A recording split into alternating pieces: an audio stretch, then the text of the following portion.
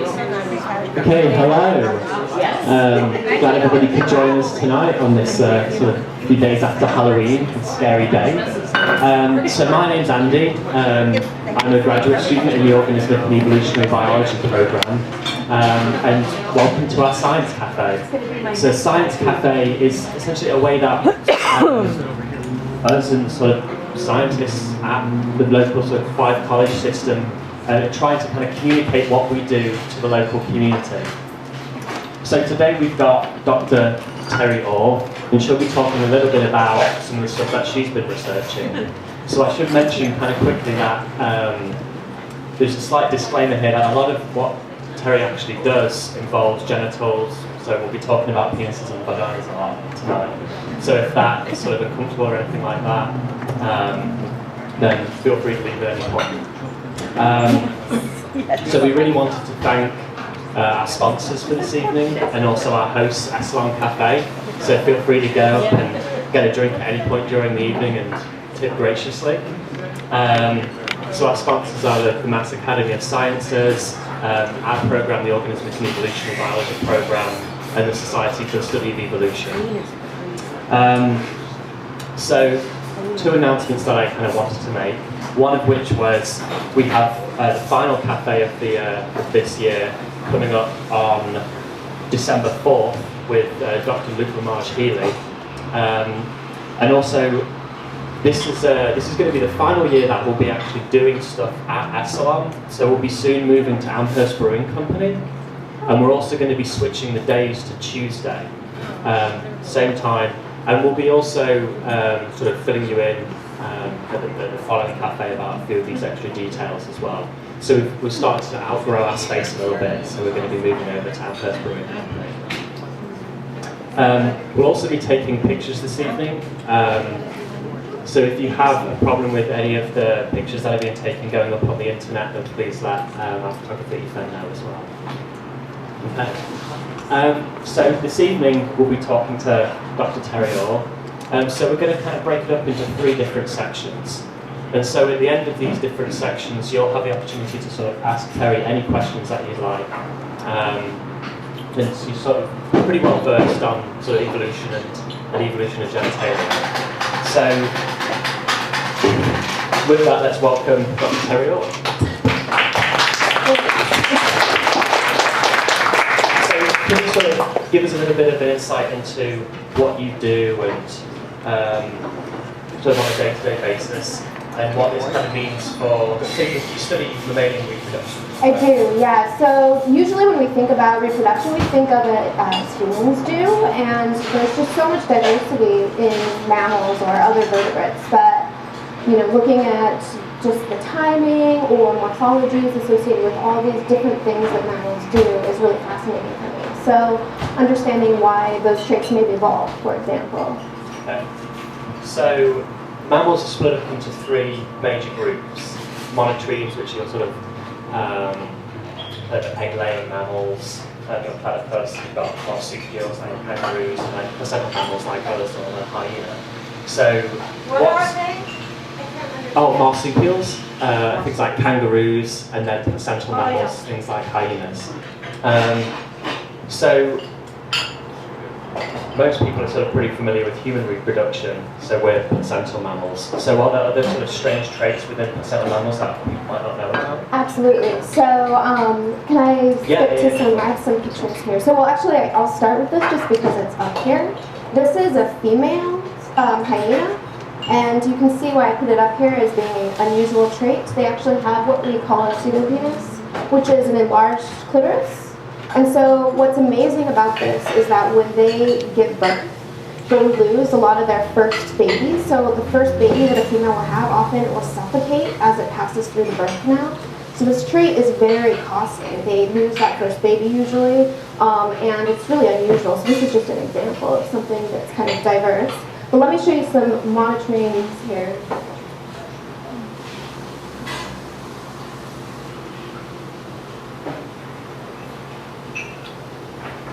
So everybody's favorite, the platypus, is an example. So some mammals, as people know, lay eggs.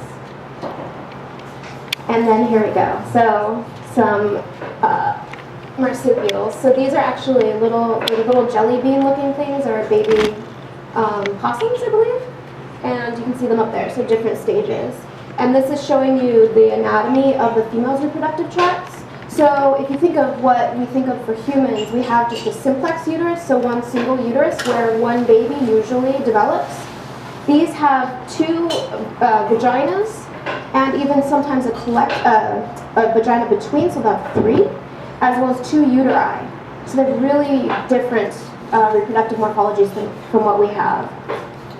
So what does that mean then? Does that mean that they can have more pups? They can have more pups, and so that's usually the main thing. And also, incidentally, the males in these also have a bifurcated penis, so they have two peni, if you want to put it that way. So the males have the sort of corresponding anatomy. So what about placental mammals like cats or rats that are able to have still large litters? Is that still very different to the marsupial way? It is. It's more similar to what we have. In us, the way where we have just one simple uterus, it's actually almost where two uteri are fused together. So a lot of other mammals where they have litters, like a cat or a dog, they have two uterine horns. So on either side, then they can have babies implanted on either side. So what are the kind of some advantages and disadvantages of those different reproductive systems? Well, in terms of sort of the, like us or other, like cats and dogs, there's more investment. So we invest a lot in utero, in the baby. And so you may have fewer babies, but you invest more in them.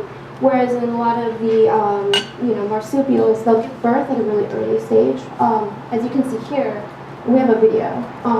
Which, should I skip to that, or? Yeah, Yeah, so they are born at a really, really early stage.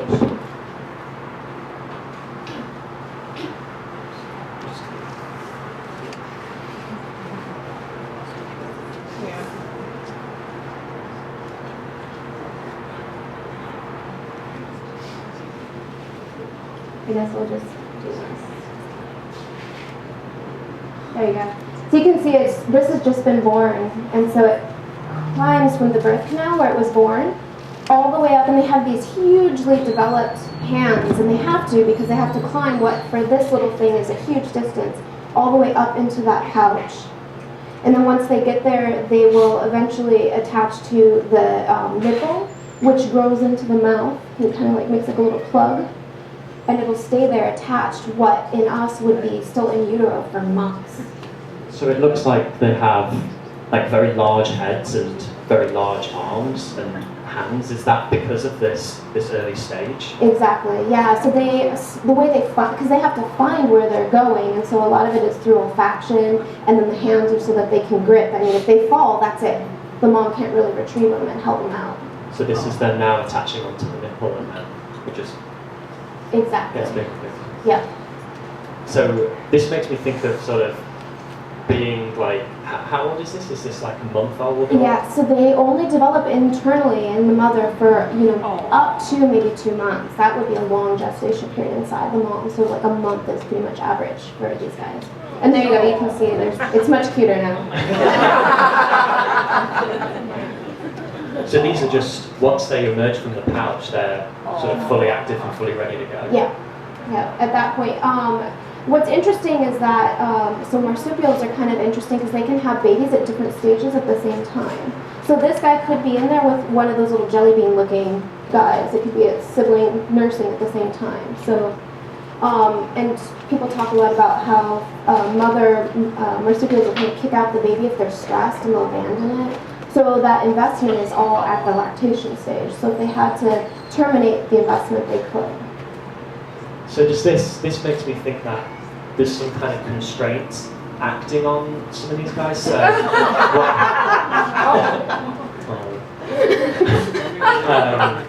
so like you rarely see, or you don't see any like flying marsupials or any aquatic marsupials. Right. So is that one of the reasons? Is that because of this reproductive stage? I think it very well could be, yeah. So how do monotremes differ to say marsupials and us? So monotremes, they lay eggs. So that's the first strange thing they do. But then they also don't have real mammary glands the way that we think of. They have little lines that will secrete, the hairs in those areas will secrete a milk-like substance. But they don't have what you think of when you think of a mammal as a typical sort of mammary gland, typical nipple sort of situation. So that's the main thing. So when you say milk-like substance, so it's not, milk hasn't evolved at this Well, point? they do have it's milk. Every mammal has its own special sort of milk depending on what environment it inhabits. But what's really cool is that people recently discovered that the milk that's produced by these guys may have been used to prevent the eggs from getting attacked by pathogens. So it has these antibiotic, antimicrobial properties. And so that may have been, if we look at monotremes, that might be where milk actually came from. Well, we think that's where milk came from. And so that could be an early function of milk as we see it now, where we think of it as this nutritional thing. Earlier on, it could have been just to protect the eggs. And what about certain things to do with like life history? Like, are there any like major differences between, say, like marsupial life history between like the sexes or anything like that? Yeah, so there's a really cool example. I think I have a picture of the little guy. They're called antechinus. They don't really have a good common name, but just brown antechinus. And the males and females have totally different life histories. So they're not really much to look at, but there's one here up in the top. And what's crazy about these guys is that the males and females have totally different strategies. And so the males, once they're old enough to start mating, they go around and they try to find other friend females and mate. And they just mate, and then they die.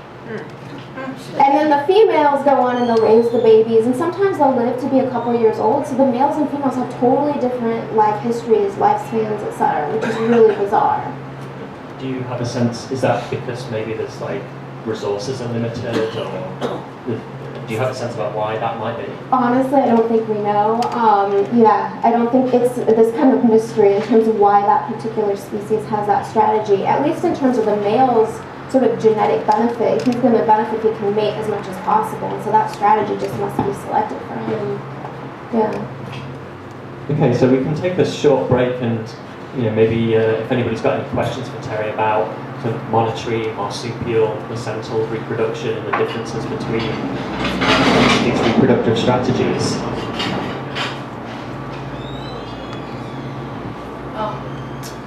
It's not necessarily related to that, but you're showing the picture of the hyena. You said it's very costly to have that, so what, do we know what the benefits are of why they would make that kind of sacrifice? Yeah, that's a really, really good question. So the question was, so if hyena pseudopenises are so costly, what are the benefits to them? Yeah, so the social system of that particular species is it's centered around females, and so it's really perplexing even when you kind of read the literature. So it's something about asserting status, and so they actually have this where the females are kind of in charge, et cetera, et cetera. And so there could have been theoretically an evolutionary advantage in the past to look like a male, pass off as a male, and then that social role got flipped, is what we think. I have a picture that I want to go to of those just really quick, meanwhile anybody has questions. Just to show you what the internal anatomy looks like in case people are curious. So like I said, this whole pseudopenis, it has no functional, it's just a little structure that's associated with an enlarged clitoris. But you can see the uterus, all the normal parts are there. They're just kind of rearranged a little bit.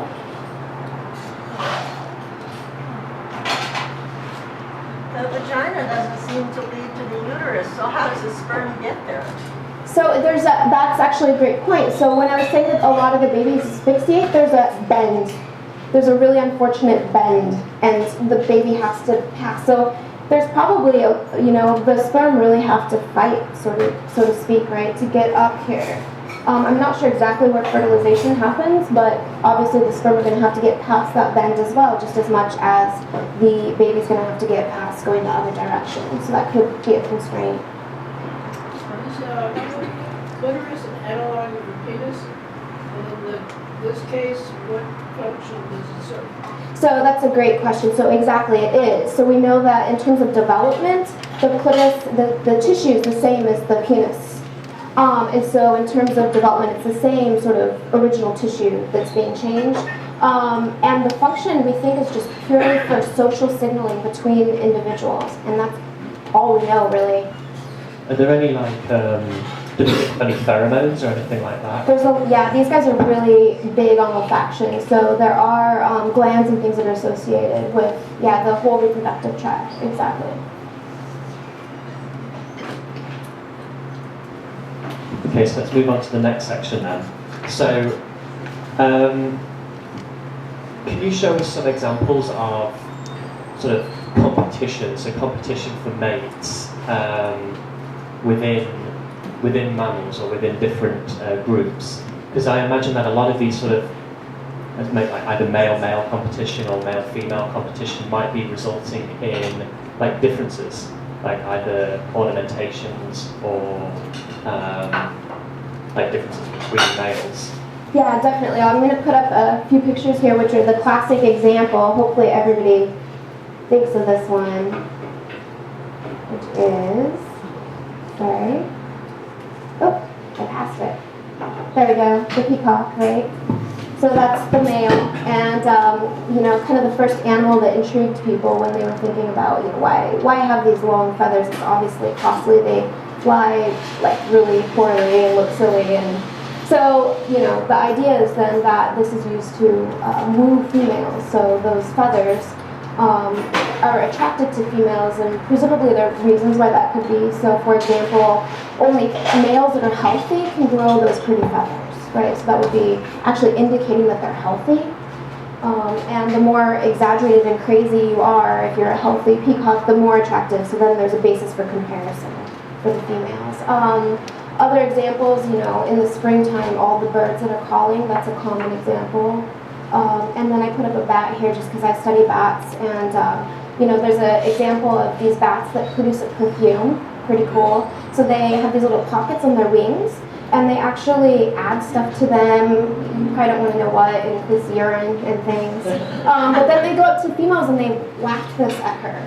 And she, decides whether or not she likes the male, depending on whether or not he smells nice to her.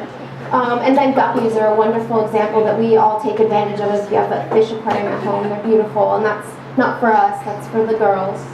So, yeah. So there seems to be a lot of like different strategies. So there's like colour involved, there's pheromones involved, there's calls involved. So it's almost like survival of the sexiest in this case. So how does this differ to natural selection? It's like sexual selection? Yeah, absolutely. I always think of it as sort of natural selection is being able to live and have babies, where sexual selection is being able to have mates and successfully fertilize eggs or be fertilized. So if you're a female, and I'm always really interested in what the female decisions are, and so for females, you want the best father, so being able to pick the best father then. And so anything that relates to these sorts of decisions of who to mate with, those would count as sexual selection, whereas natural selection is more sort of nature by tooth and claw sort of things. Yeah. So is this another one of Darwin's ideas, or is this something different? Absolutely, Darwin came up with this, and it's pretty cool because Darwin wrote that all these crazy traits, and then he talked about the peacock and the peacock's tail, that it might be for females to assess. And I'm going to just skip to show other kinds of sexual selection, which is, we think a lot of these things too, and these are all examples of sexual selection as well. Males fighting with other males, again, for access to mating opportunities. And so when people read Darwin's books and essays, they were cool with this. It makes sense that males might fight for access to females. But the fact that females could actually discern differences between different males, they thought that was ludicrous. Because they thought, how could even in humans, you have to be educated to be able to appreciate the fine things. And so people were really upset. They thought it was crazy. And so surprisingly, this idea, the male-male competition, that was okay. Yeah. So how long did it take him to really advance this idea of sexual selection? Was it during his lifetime? I would say even after his lifetime. So within his lifetime, he certainly argued a lot with people, wrote back and forth about what he thought was going on. I'd say people didn't really fully accept at least female choice until much later. I'd say even, late 60s or 70s. So you mentioned that females were choosing. So what are they selecting for? What are they choosing in this case? I would say anything that's going to, either if the males provide care, then they're going to want a male that's going to be a good dad, right? The other thing is, and that's not that common, believe it or not, in animals. Usually the males kind of mate and then take off. Think of the antechinus. They mate and then they die, right? So usually they want to have they want genes that are going to result in good offspring, that are going to live or be, they call it sexy sons, so they know that if the male is really attractive, maybe then if they have sons, those sons will be really attractive to other females and they'll have more grandbabies.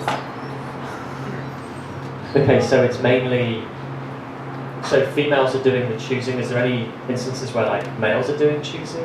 Absolutely, yeah. It's kind of, you can think of it as an arms race. It kind of goes back and forth. So females, because they are usually the investing sex, I mean, think of mammals. I know I study mammals, so it's easy for us to identify, but you picture, if anybody's had a kid, it's a pretty big investment on the side of the female. The male can then take off. So when it's an arms race between the two sexes, but certainly the females have a pretty big investment in terms of that reproductive event. So in this case, then it's all about investment, and so how much energy you're investing, how much time you're investing. So do you have any examples of when males are more likely to be investing? Yeah, so that does happen, and there are actually cases where the sex roles are almost reversed. And there's one that is kind of the cutest example. So I'm going to have a picture here. There we go. The seahorse. Oh, yeah. Seahorses are really good dads, and they take care of the developing little seahorse embryos in that pouch. They have a little brood pouch that they carry them around in. When they're doing that, they can't really move around, and so they hang out sort of in a still area so they don't get eaten. And they, kind of, you can imagine if you're not able to eat and do things, they waste away gradually until the babies are born. So then what about this bird then? Oh, sorry, yeah. So this is a jacana, which is I think they're called, I don't know what their common name is actually. Jacana. Lily trotters or something like that, lily something. And in this case, females actually defend a territory within which there are several males. And so those males are her males. And she will mate with all of them. The babies are going to be from those males, and she'll defend those males from other females.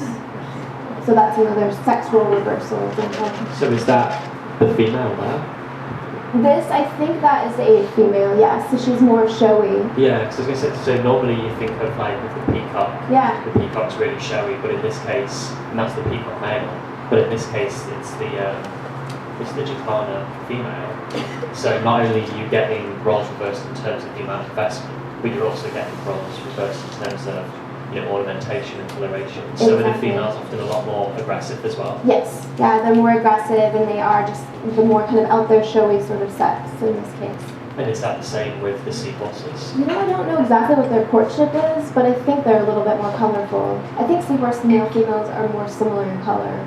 Okay. So this is obviously investment in the young. Mm-hmm. What about sort of some of the earlier stages, so in sperm and eggs? I mean, normally I think of sperm as being really small and eggs being much larger. Right. Yeah, so that's usually what we think of when we talk about, why there's a difference between the sexes. It's because to make an egg, there's more investment in that egg than there is in sperm. Males produce lots of little tiny gametes, and that's kind of the way we define male, is if there's lots of tiny gametes. And so you could almost say, if you invest in the opposite way, you could change the name of which is the male or the female, depending on what the gametes look like. I think in both of these, the gametes are pretty similar to how we would see, where the eggs are still the larger one in the actual genetic female. Okay. So do you have a sense then about how, you've got two examples here, I don't know if you know of any others, but it seems pretty rare. It is very rare, yes. Do you have a sense about why that might be? Why that might be, I'm not really sure if I have a good answer for that. Yeah, I mean, it's just, I think that in terms of, you know, not historically, but evolutionarily speaking, I think it's mostly because of what I was saying about just the size of the gametes and early on that investment happening. I think transitioning is difficult once that investment, that's the strategy that a species uses. I think the transition is difficult. Yeah. So we can take another sort of short break then again. So if anybody's got any questions about sexual selection and ornamentation and those sort of things, let's go on. Well, how do the eggs get inside him? Yeah, that's a great question. So the female comes up and dumps them into his pouch. He actually, when he's wooing the females, he opens his pouch in front of them. And so it's kind of open for them to do that or not. And that's it? And that's it. Yeah. Yeah, and there are some, I wish I put it up here. There's also, if you guys have ever heard of toe biters or giant water bugs, they're these pretty big true bugs, and the females lay their eggs on the back of them, and then the male, you know, kind of hangs out with those on there. He has to make sure that they're close enough to the water's surface so that they can respire and they don't drown. And so there are some insects that have this sex role reversal too. I seem to remember a report in Science about a gastric rooting frog, and then nobody ever found it again. Yeah. So there's a Radiolab podcast about that, and so yeah, they talked about it, and then I guess the specimen was lost, so it's never been verified. So I don't know what we think. I haven't heard any follow-ups on that. Does the bird carry eggs that were fertilized from multiple males at the same time? That's a great question. So I didn't explain that part very well. So in the territory of the female, there are multiple nests, and each of her males makes a nest for her, and she'll go and lay eggs in that nest. And there's no guarantee that the eggs that he's sitting on are his. So how are the females selecting for the males in that case? Do they make like nice nests or anything like that, or is it just like, it's almost like bullying? They just find males and like grab them? I'm not entirely positive. That's a really good question. I wish I knew. I do know that they try to so females will try to take over the territories of neighboring males, and I think it may be resource limited, so the males may clump where the resources are. That's why the females are defending that particular territory. So then I think it's bullying takeover between females. And then the males may just be sort of pawns in the game, so to speak.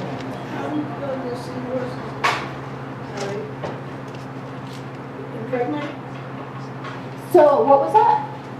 Well, I understand that how did they impregnate? Oh, so how does the fertilization happen? Yeah. So the female dumps the eggs in there, and then he somehow, and I'm not positive exactly, I think they kind of bend over and then put their sperm in the pouch as well. Yeah. So they have to get the sperm in the pouch as well, which is a really good question. Yeah. In terms of investment, I understand because a lot of males are showy, they are opening themselves up to predation.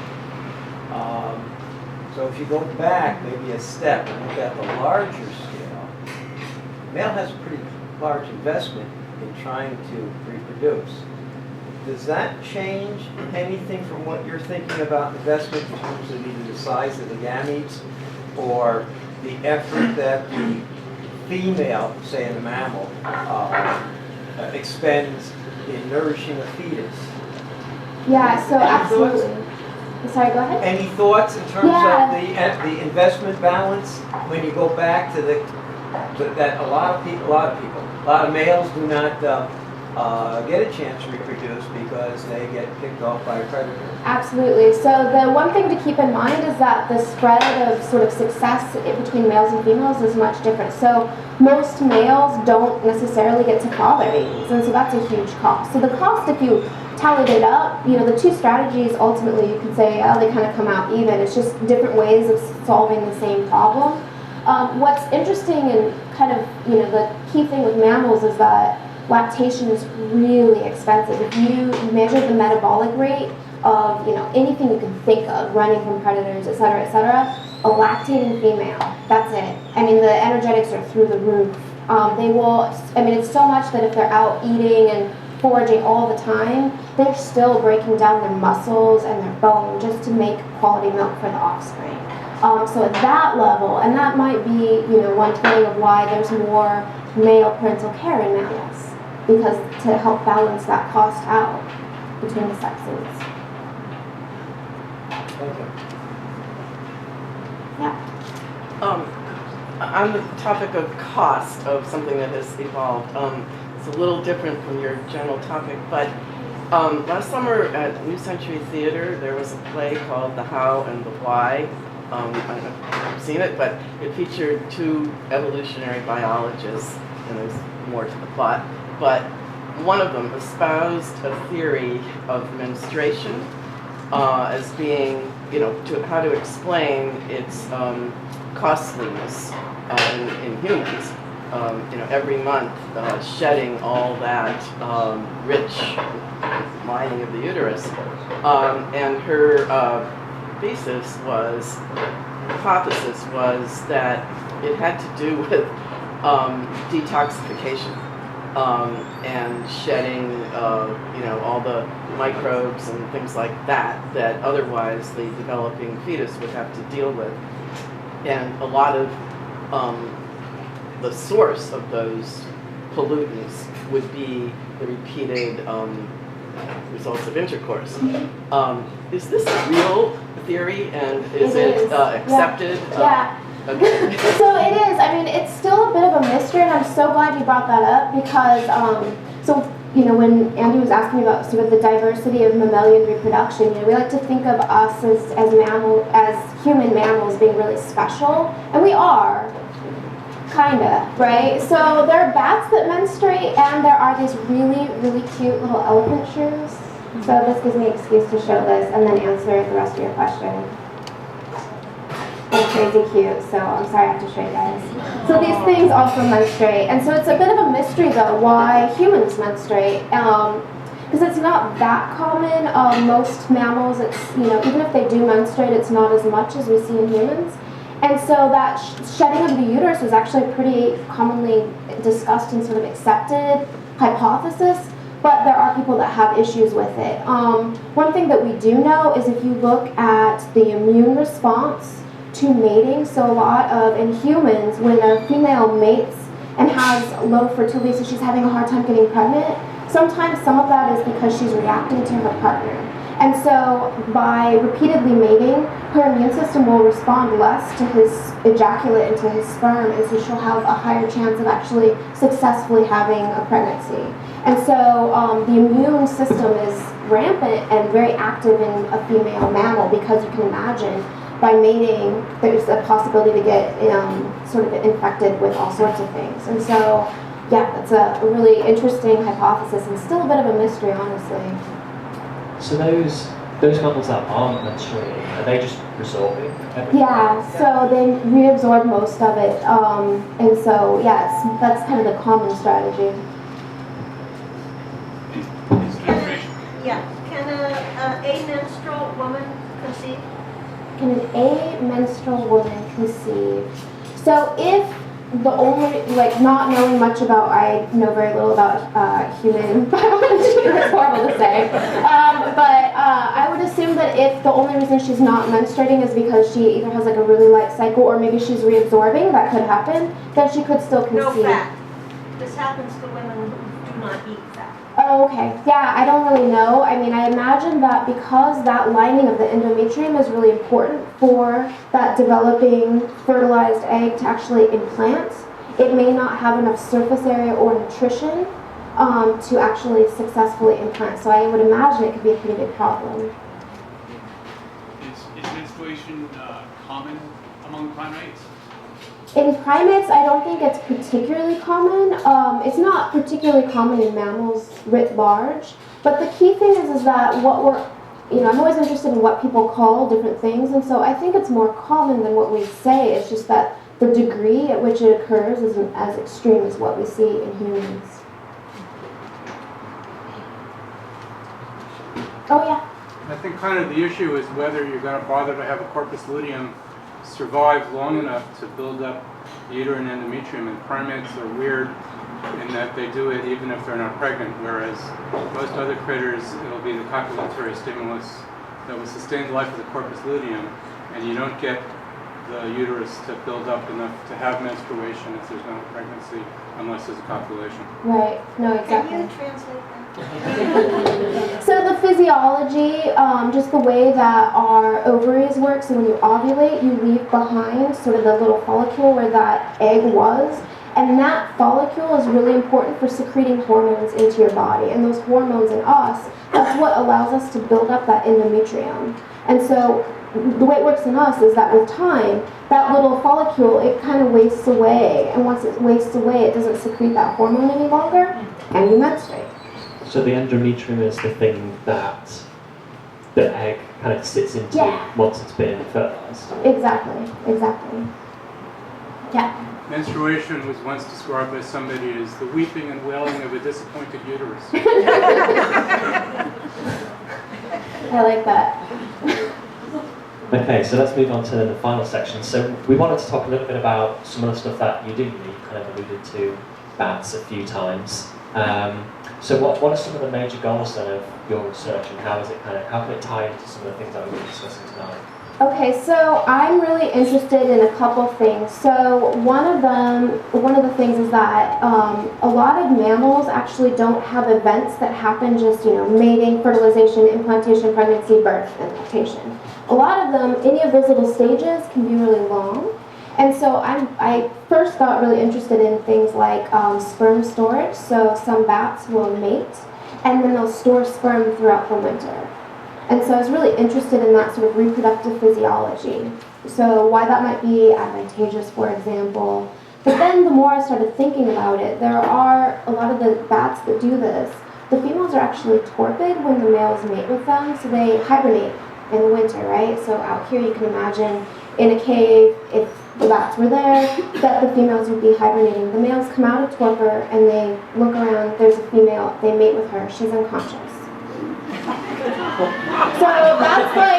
So that's what got me interested in the questions that I'm interested in. That just didn't seem right from many levels. The first being that the investment, right? So the female in bats, you may or may not know this, but bats are really, really good moms. So they invest a lot in the baby. The baby is in utero for much longer than you would expect for their size. And they usually only have 1 or 2 babies. Is that because they are small and they've got to, do they fly with the young attached to them? So they definitely fly when they're pregnant, and you feel really bad for them because they look like little soccer balls trying to stay up. And then some species they fly with the baby. Many species they will leave the baby for a while, go out and forage, and then come back. But because they have to, so flying is really energetically costly. And then also keeping that baby full and warm, because they're losing a lot of heat for all those wing membranes, so it's very expensive for them to take care of that baby. So they don't want to be gone too long, so they have to come back quite a bit. And then some will forage with that baby hanging on to them.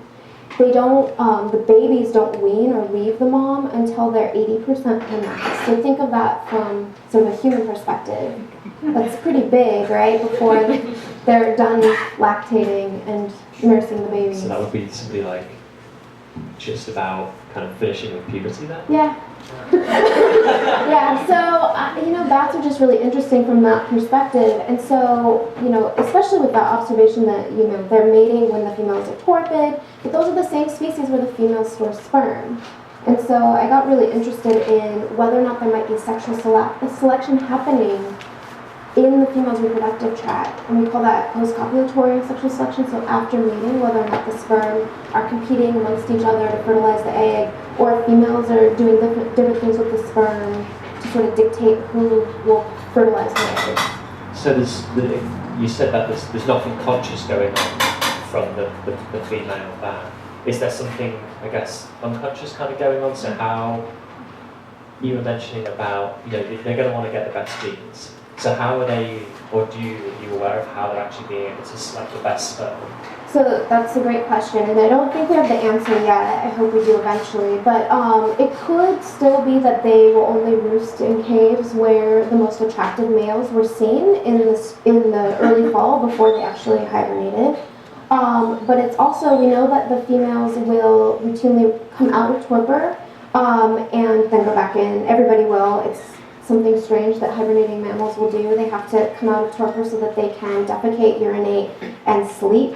And then they go back into hibernation, which is really bizarre. It's something about brain health. But anyway, when they do that, they will sometimes sperm dump. So they'll dump out the sperm. So that's one thing. They're also, so should I jump right to my punchline? So there are differences in the genitalia of the males. And so some of the males have scoops and spines and things on the genitalia that maybe could be used either to remove the sperm or perhaps even to stimulate the female to take those sperm and put them in a storage site. Okay, so Cats? Yeah, like cats, exactly. Yeah, so shall I show? So we have, this is, what, do you want to talk about it? Sure. So you may or may not know that in mammals, some species have what is called a baculum, which is also termed the os penis. It's a bony part in the penis of that animal. This is not to scale. This is from a fruit bat. And so this is just a 3D printout from a micro CT scan, and I can show you a picture here in a second, but I'll pass this around. They're kind of funny shaped, and they're in the most distal portion. So that isn't the whole penis then? No, I'll show you a picture so you can see where this might be.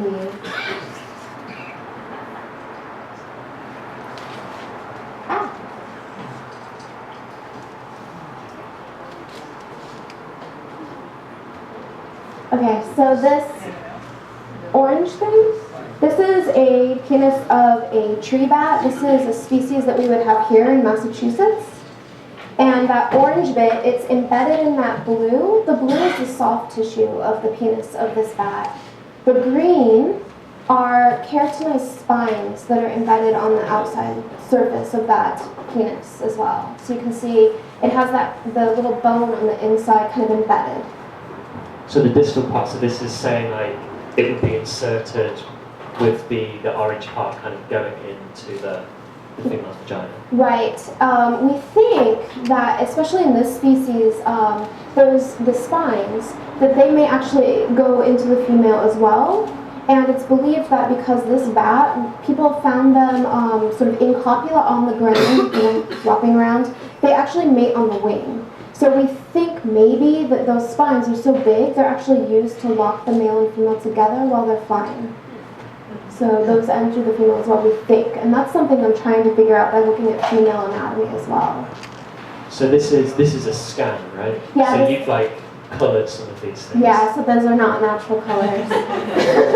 Yeah, so I can show you, there's also in here a picture that was taken using an SEM, so you can see the surface. This is the surface, and these are those spines. So they're pretty large, they're about 1 millimeter. And so that's just looking at the surface of the penis in the same general area.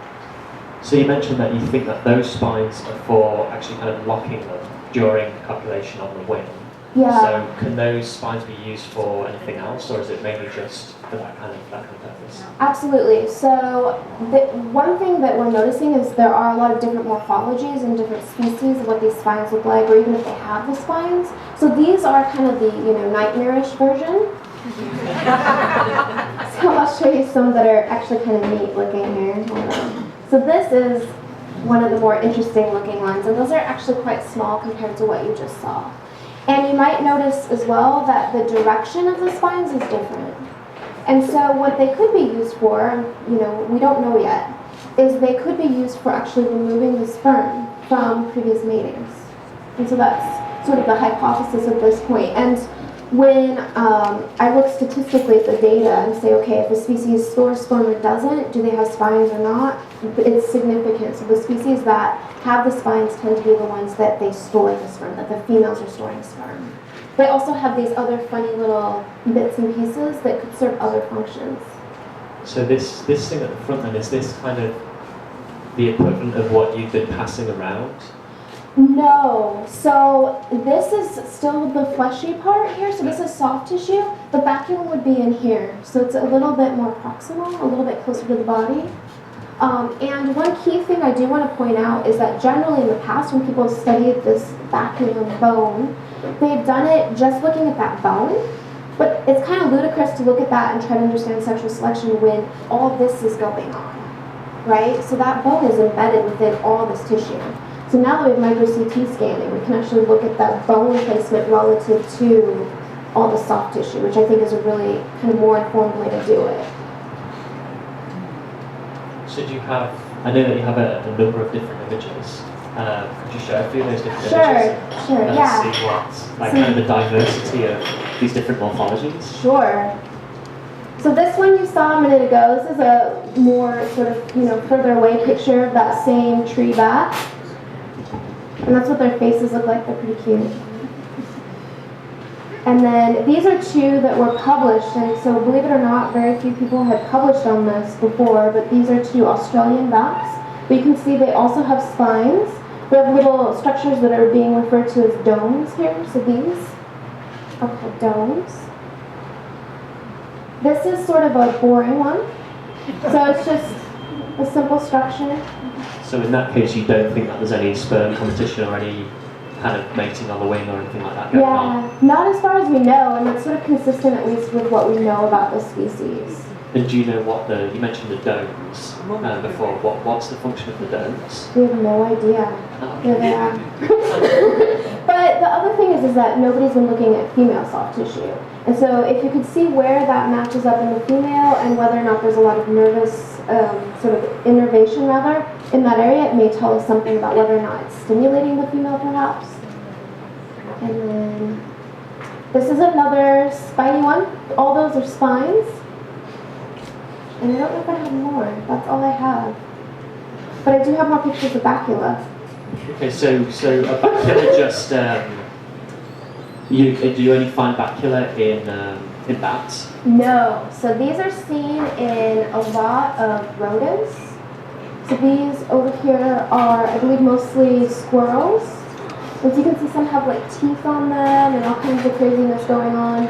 And then also in a lot of the carnivora, so like seals, walruses have them as well.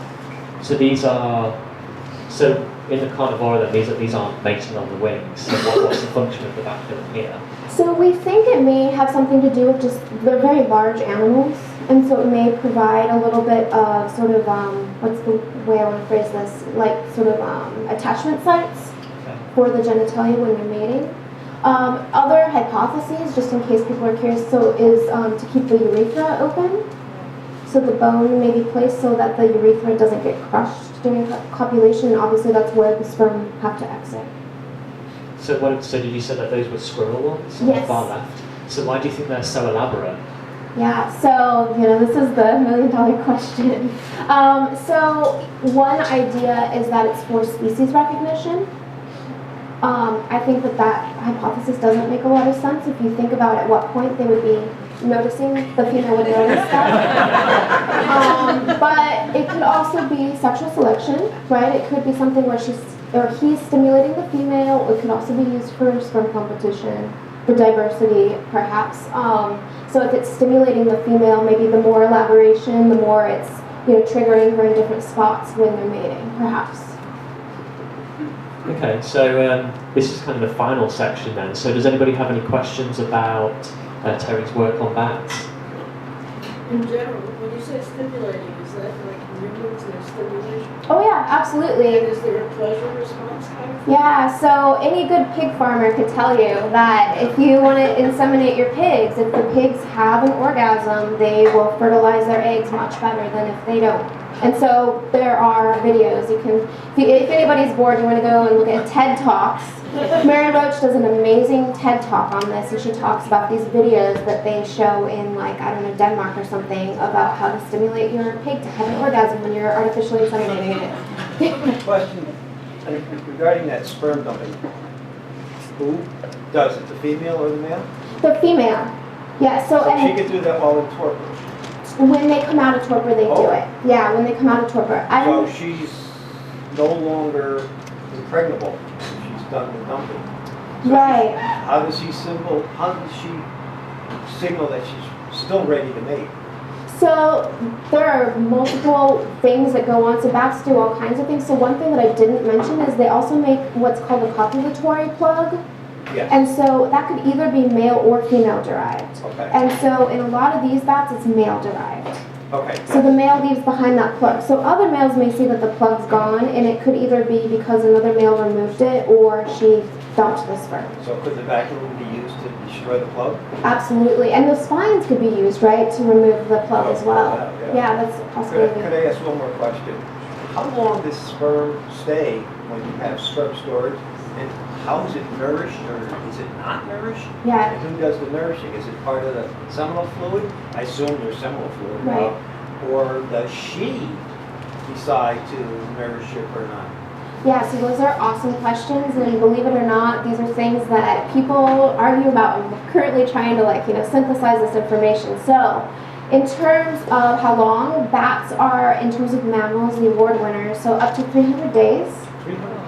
Wow. That's crazy. Think of a human, right? Sperm are viable for about 5 days. Yeah. That's huge.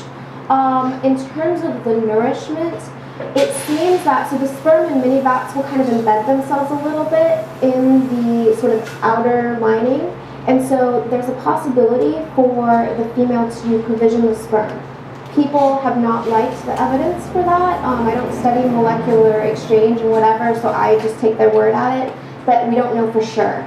The semen that comes with the sperm also could help the sperm live longer. And as another thing that I'm trying to look at right now is that the morphology of the sperm themselves, if they have a larger midpiece, which is where all the mitochondria are, they could bring their own energy with them. The other thing that a lot of stored sperm do is that they just all of a sudden stop moving and they become very still, and that may conserve energy as well. Also, by being in a hibernating female where they're very cold, that may help maintain them for longer as well. So I'm thinking about the sperm storage organ is just almost like a sort of, kind of like a sac. So when the male ejaculates and puts sperm in there, it's just, I get the sense that it's just sort of one on top of another. So how is she actually, so essentially the male that copulated with her last is the one that's going to have all of the sperm actually result in babies. So is the female actually able to distinguish between those different sperms? Okay, so one cool thing that I didn't mention about the way that mammals store sperm is different than how insects and birds do it. We don't, or we, I say it like we're bats, but bats at least, don't have specialized structures. So let me show a picture of this. So they do this using the lining of the reproductive tract as it already is. They don't have specialized structures. If you were to look at like an ant or a bee where they mate once and then they can lay eggs forever, they have little structures. But this is just showing you, this is a drawing and this is a photomicrograph, so a microscope image showing the sperm lined up along the uterus.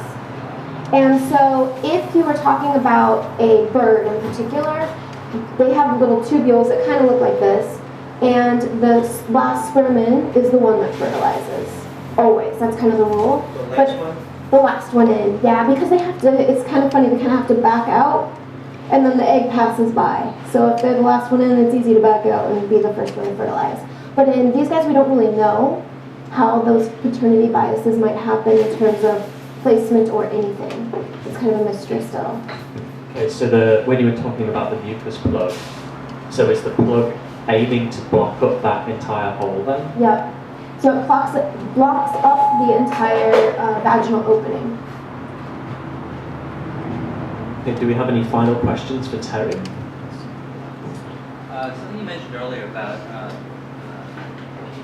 some parts of the penis morphology being shaped so that it can expel sperm from previous matings. I think it was Dutch scientists, this was actually government funded, they actually studied why the human penis is shaped like that. And they determined that that's exactly why people with each thrust would disperse sperm from previous matings, and then the corona would actually pull the sperm out. So why is it that it's only on certain penises and not on other species? Yeah. Why is there such a variety? So the question was sort of start off with a statement about why are human penises shaped the way they are? Is this because of sperm competition, and then sort of what about the kind of diversity of these different penis shapes? Right, so there have been these studies where they've shown that the shape can actually help, move where the sperm are, and so there's pretty good evidence for that in humans. In terms of the diversity, part of it can be evolutionarily, so we don't necessarily have that shape there already, and so you can get things going whichever way depending on what you started with, and so then maybe, spines are easier to evolve than a new entire shape. But it could also have to do with, well, I guess this is sort of the same thing, but if a precursor species had lots of sperm competition or not. And the other thing is that we have to think about the female morphology as well. And so the female morphology may be really different. And so because of, locomotion or various things, the males kind of have to follow the female shape a little bit too. And so that could constrain the shape more.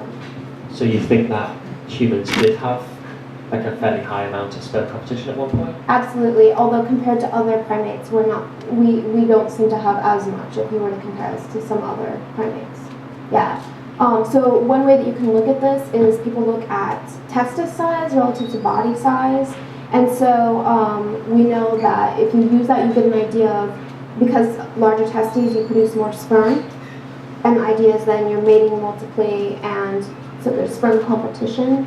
And so we know that in bats, the range is huge. So it's between 0.12 and 8.4% of body mass being in the testes, which is huge. So that is suggesting that species of bats have sperm competition ranging from pretty much nothing to a lot, whatever 8.4 of your body mass investment in sperm would indicate about your mating system. Yeah. Okay, do we have any final questions?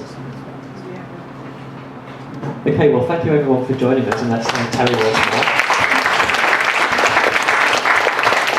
If you want any more information about the Science Cafe, you can find us at www.oebsciencecafe.org. So our next cafe is going to be on December 4th, so please join us there. Thank you.